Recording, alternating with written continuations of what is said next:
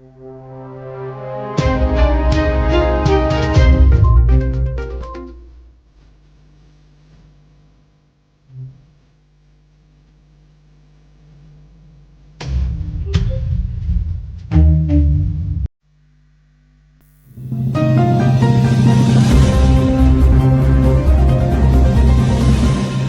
Isok FM, Radio Burundi Discovery Channel.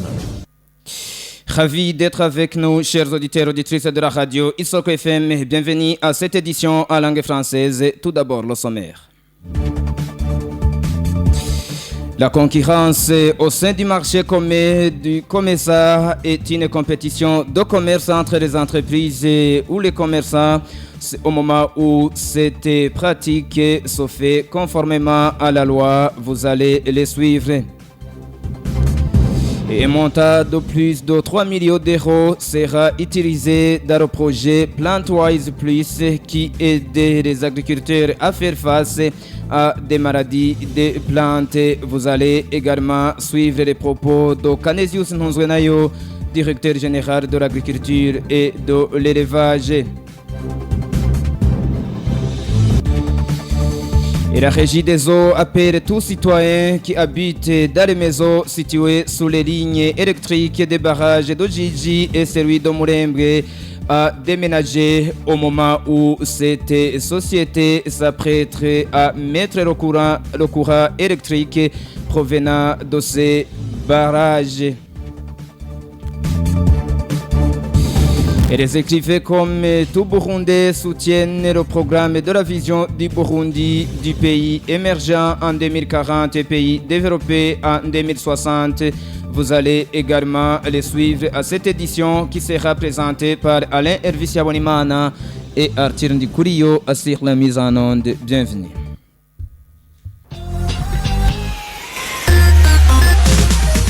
Papa, maman, écoutez. C'est la radio Isoko FM. Bienvenue encore une fois. Débutons cette édition par cette page agriculture. Un montant de plus de 3 millions d'euros sera utilisé dans le projet Plantwise qui va aider les agriculteurs à faire face à des maladies des plantes. Propos de Canesius Nzwenayo, directeur général de l'agriculture et de l'élevage au ministère ayant l'agriculture dans ses attributions, où il précise que ce secteur agricole a été placé parmi les prioritaires du pays pour atteindre les objectifs de la vision du Burundi, pays émergent en 2040 et pays développé en 2060. Nzwenayo indique que la première phase de ce projet a planté le décor en mettant en place des conditions pour renforcer le système national en termes de lutte et de contrôle des maladies et ravageurs des plantes, notamment la formation des cadres du ministère de l'Agriculture et des autres institutions. Je vous prie de l'écoute. Je voudrais d'abord vous rappeler que parmi les missions du ministère de l'Environnement, de l'Agriculture et de l'Élevage, c'est notamment l'augmentation de la production agricole pour assurer la sécurité alimentaire. Et cela, pour atteindre cet objectif, nous avons besoin des intrants et des intrants agricoles, en l'occurrence les produits phyto, les semences, mais aussi c'est le secteur qui a été placé parmi les priorités du pays pour atteindre les objectifs de la vision du Burundi, pays émergent en 2040 et pays développé en 2060. Cependant, comme vous le savez, c'est un secteur aussi qui fait face à pas mal de défis, notamment les défis en rapport avec les ravageurs et maladies des plantes. Et ce programme, ce projet Plantwise Burundi, dans la première phase de mise en œuvre de 2020 à 2023, a planté le décor en mettant en place des conditions pour renforcer le système national en termes de lutte et de contrôle des maladies et ravageurs des plantes, notamment la formation des cadres du ministère et le cadre des institutions, que ce soit les institutions de recherche, mais aussi les institutions en charge de la vulgarisation au niveau des provinces. Et maintenant, pour cette deuxième phase qui a commencé, comme vous l'avez entendu, en septembre 2024 et qui va durer 2 ans et demi pour s'achever en 2026. Ça sera l'occasion alors de renforcer ce qui a été déjà commencé, notamment par le renforcement au niveau des formations, au niveau des cadres mais aussi l'extension du programme, comme vous l'avez entendu, cette fois-ci jusqu'au niveau de la zone, mais aussi avec la formation des cadres par des formations diplômantes, mais aussi le renforcement des institutions, que ce soit l'autorité de régulation des produits, abrévée par les produits phytosanitaires et les médicaments. Donc, ce programme va permettre de renforcer non seulement les cadres, mais aussi le cadre institutionnel, que ce soit l'abrévé PAMO aussi au niveau de l'ISABU et aussi au niveau de la direction de la protection des végétaux, sans oublier aussi les bureaux provinciaux de l'environnement, de l'agriculture et de l'élevage, où on va former des techniciens en charge de la vulgarisation. Et parmi les activités qui vont être menées pour la pérennisation de ce projet, Canisius Nunzwenayo souligne qu'il y aura des modules qui seront inclus dans les curricula de formation au niveau des instituts techniques agricoles du Burundi, ITAB en sigle. Suivez encore Canisius Nunzwenayo, il est le directeur général de l'agriculture et de l'élevage. Et pour la pérennisation et la durabilité du programme, vous avez déjà entendu que parmi les activités qui vont être menées pour la pérennisation, il y a déjà les modules de formation qui seront inclus dans les curriculums de formation, surtout au niveau des étapes. Cela permettra aux lauréats de ces étapes qui vont sortir avec un bagage déjà à la matière. Et maintenant, comme vous le dites, le projet l'initiative est très bonne déjà. Avant le projet, on n'avait pas de docteur de plantes. Et au niveau du ministère actuellement, comme vous l'avez entendu, dans toutes les communes du pays, on a au moins des docteurs de plantes. Avec ce projet, cette deuxième phase, on va aller au niveau de la zone. Et avec le temps, ça permettra aussi de faire face aux menaces liées aux ravageurs et maladies des plantes. Le projet ne dépend pas uniquement des bailleurs, il dépend aussi des moyens du pays, notamment les moyens qui sont mis à la disposition des différents départements et institutions nationales. À l'occurrence, la direction de la protection des végétaux, à l'occurrence, l'autorité, la BREVEPA, qui est une autorité burundaise qui est financée par le gouvernement du Burundi. Donc, le projet ne dépend pas à 100% des bailleurs, et ce sont des partenaires qui viennent pour renforcer les activités déjà en cours, déjà réalisées par le ministère. Canisius Nunzwenayo, directeur général de l'agriculture et de l'élevage. La Régie des eaux appelle tous citoyens qui habitent dans les maisons situées sous les lignes électriques des barrages d'Ojiji et celui de Murembwe à déménager au moment où cette société s'apprête à mettre le courant électrique provenant de ces barrages. Dans un communiqué sorti ce mercredi, Jean-Albert Manigomba, directeur général de la dite société, précise que cette mesure vise à prévenir les dégâts qui pourraient survenir pendant les activités de test de ces lignes. Il exhorte les autorités administratives de sensibiliser la population afin qu'elle adopte un comportement responsable pour assurer leur sécurité et celle de ces infrastructures.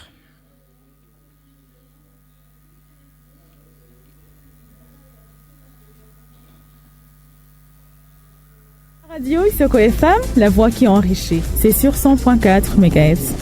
On ne se lasse jamais. C'est la radio Isoko FM et Meta sur 100.4 MHz. Vous pouvez également suivre nos publications sur notre page Facebook en écrivant Isoko FM RBDC.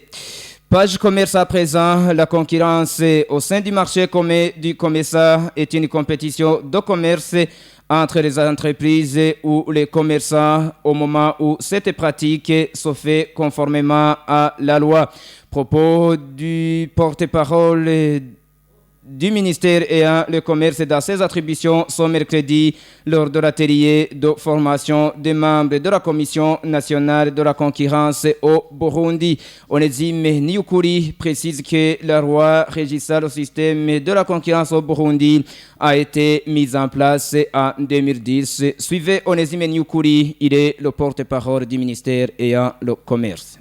La loi régissant le régime de la concurrence au Burundi a été mise en place le 25 mars 2010 et cette loi prévoit pour sa mise en application la mise en place d'une commission ou de l'autorité de la concurrence. Et depuis 2010, au niveau du COMESA, la concurrence, c'est la compétition entre les entreprises ou entre les commerçants. Ou bien ce sont l'exercice de commerce sur le marché dans le cadre du marché commun pour l'Afrique orientale et Australie COMESA. Ces pratiques sont gérées par la Commission nationale de la concurrence ou des autorités nationales de la concurrence dans les pays qui sont membres du marché commun de l'Afrique orientale et Australie COMESA. Il y a également des pratiques transfrontalières. Au niveau des pratiques transfrontalières, on peut entendre la fusion ou les activités, les opérations entre une entreprise qui est basée dans un territoire et dans notre pays et une entreprise qui se trouve dans un autre territoire, dans notre pays membre du COMESA, au Kenya, en île Maurice, en Zambie ou ailleurs, dans les pays membres du COMESA, mais qui font des activités ou des opérations de fusion avec une entreprise qui se trouve sur le territoire burundais, le marché burundais. Dans ce cas, vous voyez que les pratiques sont transfrontalières et dans ce cas, ces pratiques sont gérées par la commission indépendante, la commission de la concurrence du COMESA. Mais si les questions au niveau national, c'est la commission indépendante de la concurrence qui gère ces questions. Mais ce qu'on peut dire ici, c'est que la commission indépendante de la concurrence du Burundi est un organe de liaison de la commission de la concurrence du COMESA, de la commission de la concurrence de la communauté est-africaine, mais aussi d'autres organes d'intégration régionale dont le Burundi fait partie. Onésime Niyukuri, porte-parole du ministère du Commerce. Page culture à présent, les écrivains comme tout Burundais soutiennent le programme de la vision du Burundi, pays émergent en 2040 et pays développé en 2060. Propos de la présidente de l'association burundaise des écrivains et promoteurs du livre ce mercredi lors de la célébration de la journée mondiale du livre. Jeanne Darkendwayo annonce que le livre est le secret de l'éducation pour que le Burundi puisse atteindre le développement durable. Jeanne Darkendwayo demande aux écrivains de publier des livres sur des thèmes variés et que le gouvernement leur aide pour que l'écrivain ait sa place considérable dans la société. Je vous prie de l'écouter. L'écrivain, comme tout Burundi, nous alignons et nous soutenons le programme du pays, donc le programme de la vision du pays, Burundi, pays émergent en 2040 et le Burundi, pays développé en 2060. L'écrivain, comme c'est le livre qui est la base, qui est le socle de l'éducation, nous sommes en train de faire du livre la base de l'éducation, la base de l'élitisme, la base de l'intellectuel pour que nous puissions atteindre le développement durable. En écrivant, en faisant la promotion de la lecture, pour que tout Burundais, surtout en commençant par la jeunesse, puisse avoir accès aux livres, avoir accès aux connaissances qui se trouvent dans le livre. Vraiment, il y a encore beaucoup à faire parce que je dirais que c'est le début de cette campagne, c'est le début de ce combat. De toute façon, c'est le début et nous sommes là, nous sommes armés du courage pour que le livre soit considéré dans le pays. Le livre mérite une considération pour qu'il y ait le développement durable. Comme association, nous demandons aux écrivains, nos consoeurs, nos confrères, d'améliorer, de publier des livres de qualité, des livres sur des thèmes variés pour que les lecteurs se sentent à l'aise avec les thèmes variés. Et nous demandons également au gouvernement, qui est la mère patrie, de nous aider à ce que nous puissions atteindre nos objectifs. Écrire, être élu, développer le livre et que l'écrivain ait sa place considérable dans la société. Jeanne d'Arc Douayo, présidente de l'association burundaise des écrivains et promoteur du livre. Actualité internationale pour clore cette édition, la République démocratique du Congo et le mouvement M23 annoncent une déclaration conjointe pour travailler à une trêve. C'est dans une déclaration de la soirée de ce mercredi 23 avril 2025 dans le même pays. la mauvaise nouvelle est annoncée qui concerne la mort du grand philosophe congolais Valentin Yves Mudimbe qui est décédé à l'âge de 83 ans en Caroline du Nord, c'est aux États-Unis où il vivait. Et en Afrique du Sud, c'est la visite du président Vladimir Zelensky ce jeudi 24 avril 2025 à Pretoria. C'est une rencontre tant attendue depuis plusieurs mois. C'est dans le cadre de renforcer les liens bilatéraux entre les deux pays, mais aussi pour tenter de pacifier la Russie et l'Ukraine qui sont en guerre.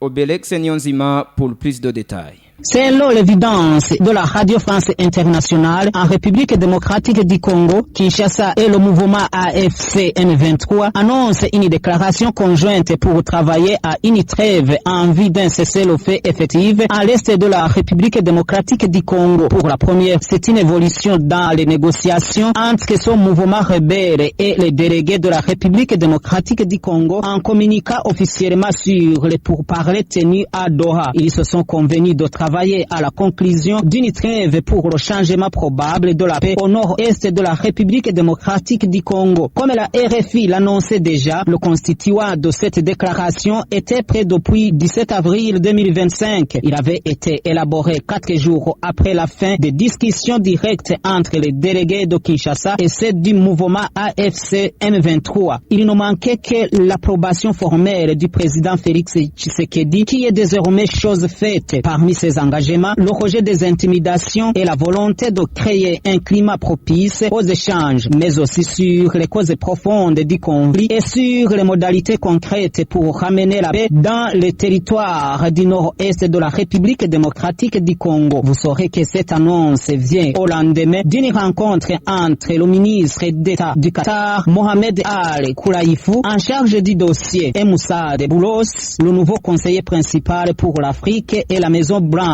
Pendant ce temps, c'est l'annonce de la mort du grand philosophe et intellectuel congolais Valentin Yves Mudimbe à l'âge de 83 ans en Caroline du Nord où il menait sa vie. Il est mort dans la nuit du 21 au 22 avril 2025. Parmi ses œuvres, il était l'un des intellectuels africains les plus respectés. Ce dernier avait signé l'invention de l'Afrique et incontournable des études africaines, auteur des romans, de recueils. Il était un auteur à la fois philosophe et écrivain de plusieurs œuvres conservées dans les bibliothèques à travers le monde entier. En Afrique du Sud, c'est la visite du président ukrainien Volodymyr Zelensky à Pretoria ce jeudi le 24 avril 2025, visite qui était tant attendue depuis plusieurs mois. Le président ukrainien voit en Afrique du Sud un pays de médiation avec la Russie, comme l'Afrique du Sud est l'un des rares pays à pouvoir parler avec Kiev et avec Moscou. Renforcer les relations bilatérales entre l'Afrique du Sud et l'Ukraine, mais aussi de continuer les efforts pour tenter de résoudre pacifiquement le conflit de la guerre entre la Russie et l'Ukraine. Disons merci à notre confrère Obélix Nyonzima. Point final à cette édition. Merci de nous avoir suivis. Merci également à Arthur Ndikurio qui assure la mise en onde. Alain Hervis Abonimana était à la présentation. À la prochaine.